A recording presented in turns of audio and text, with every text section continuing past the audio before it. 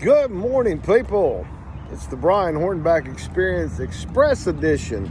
It is July the 7th. I hope everybody's had a great 4th of July week. It's kind of weird that July 4th is on a Tuesday because you go to work on Monday, you get off on Tuesday, you go back to work on Wednesday. This is currently Thursday, July the 6th.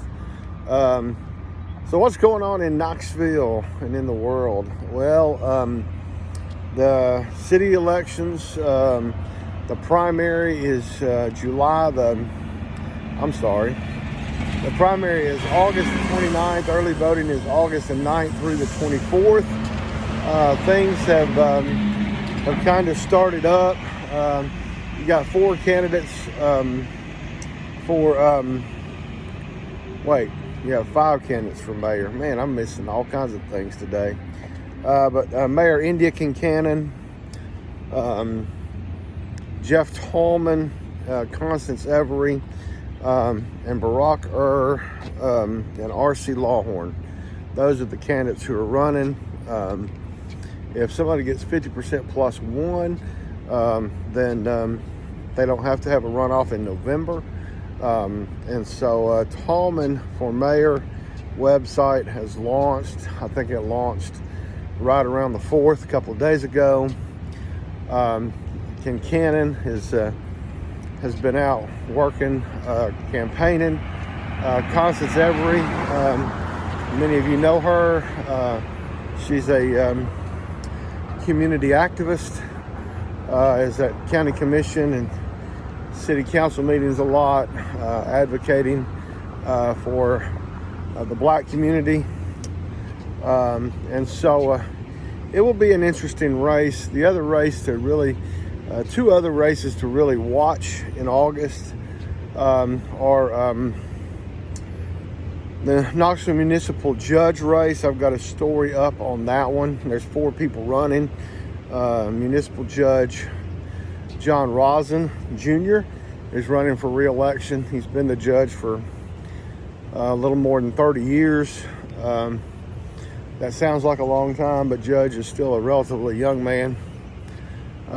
He's being challenged by three attorneys, Andrew Beamer, and Mary Ward, and then a young attorney named Tyler Cavanis. Again, that one too, from what I understand, if someone gets 50% plus one, then there's no runoff. The other race that's going to be interesting in August is the City Council at Large Seat C. That is currently held by Amelia Parker. She's being challenged by Tim Hill and a gentleman named Matthew Best. Tim Hill is a local developer, chairman of the Metropolitan Planning Commission, has a lot of financial support and a lot of community support. Amelia was elected a few years ago by the support of the city council movement. Matthew Best has been active in Democrat politics and runs the Change Center. One of those will not make it after August 29th because the top two vote getters advance.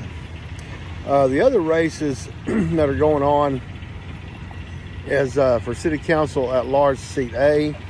That's incumbent Lynn Fugit, Darren Worsham, and Cameron Brooks, former Democrat Party chairman, Knox County Democrat Party chairman. So I'm sure that Fugit and Brooks will likely be the candidates to face off in November. And then the other race is going to be an interesting race, particularly after August the 29th, and that's for City Council at Large Seat B. That is Debbie Helsley. She ran, she's a union organizer, I think, who has, since retired. But she ran a respectable race against Knox County Mayor Glenn Jacobs. Last year, she was the Democrat nominee. She's now running for City Council at large seat B, but her opponent is Art Bentley Marlowe. He graduated from law school, passed the bar, is not a lawyer. He is a real estate developer, repurposes homes, particularly in the Mechanicsville area. And so Bentley has already brought some issues about the recode, the zoning ordinances, and some changes that need to be made. And so, but the two of them both will advance to November. In the 5th District in City Council, 5th District, Charles Thomas is unopposed. So he will still be on both ballots. He'll be on the August 29th ballot and again on the November ballot as well. So just want to get on here, kind of give you an update on the city election now that we're in July. Early voting starts August the 9th and runs through the 24th. Again, the primary is August the 29th. So August 9th through the 24th is early voting. I will be getting, we'll be extending offers for all these folks to be on a podcast. As y'all know, my podcasts are just informational, no gotcha questions. Give them an opportunity to introduce themselves and just talk about whatever office they're running for. And so I'll be extending those invitations in the next few days and try to get those scheduled. So stay tuned to the Brian Hornback Experience right here. This is an express edition, just trying to get you caught up. As far as government meetings this week, with the July 4th being on Tuesday, really not a whole lot of meetings going on this week. It's the first week of the month, and then of course with July 4th, a lot of people have just not really planned. Government agencies, groups, bodies haven't really planned any meetings. So anyway, again, hope y'all had a good 4th. I'll be honest with you, talking about July the 4th, it's really I came to a realization, you know, I mean, I'm 56 years old, but you know, there's been a lot of discussion in our country about the role of African Americans or the role of women. And so, you know, I really got to thinking this year as we approach July 4th. You know, July 4th is a holiday where we celebrate our independence from England, right? 1776. But when you really think about 1776 and you think about everything, you think about the fact that yes, America was able to establish itself as a freedom country and broke away from King George. But at the same time, in 1776, we had enslaved people. We had individuals, because of their race, were enslaved. They weren't able to experience the freedom. And so, but also at the same time, women were not free. They weren't able to participate in the voting process and help make those decisions. So that really has,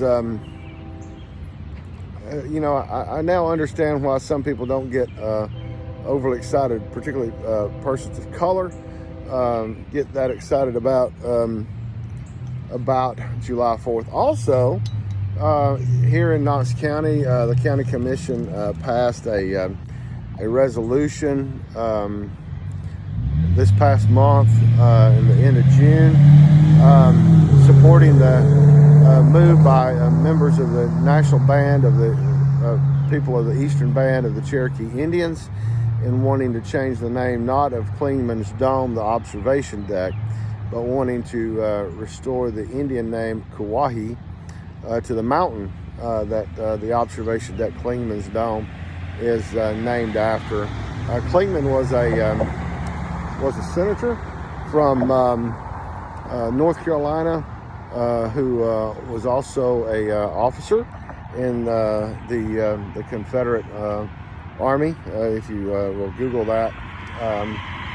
So anyway, so even the Cherokee people, really, we're not free. In fact, when you read the when you read the stories of the Trail of Tears, and so I think we as a society need to respect people that have come before us, people who are here who have been treated as second class, third class citizens. And I know that's not going to sit well with some of my conservative brethren, but it's reality, folks. And so anyway, those are my thoughts on this July the 6th, on this express edition of the Brian Hornback Experience. I hope you all have a great week. Have a great day. We'll talk to y'all soon.